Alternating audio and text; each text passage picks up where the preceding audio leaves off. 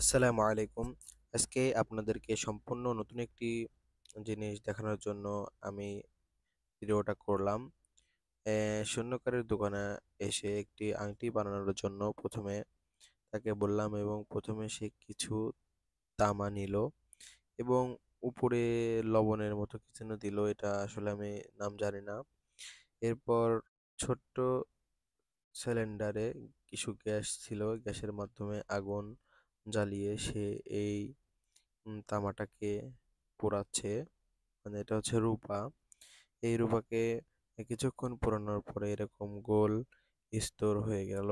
এরপর সে এটাকে ঠান্ডা করার জন্য পানির ভিতরে দিয়ে দিল এবং ২ বার ২ পানিতে দিল এবং পানিতে দেওয়ার পরে জিনিসটি সম্পূর্ণ ঠান্ডা হয়ে যাওয়ার জন্য সে দেখে নিল ঠান্ডা হয়েছে কিনা। এজন্য হাত দিয়ে সে আগে দেখল ঠান্ডা হয়েছে কিনা।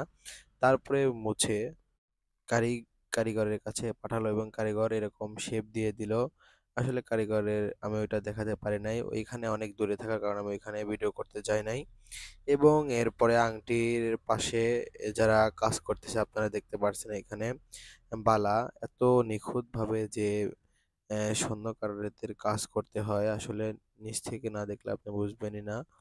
আপনারা দেখতে পাচ্ছেন এই স্বর্ণকারের দোকানে যারা সোনার কাজ করে আসলে তারা ভালোবাসা এবং ভালোবাসা না থাকলে আসলে এই কাজ করা সম্ভব না।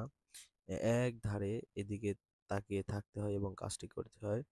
এবং এই ভিডিওর ভেতরে কিছুক্ষণ পরে আমার আংটিটা হয়ে গেল।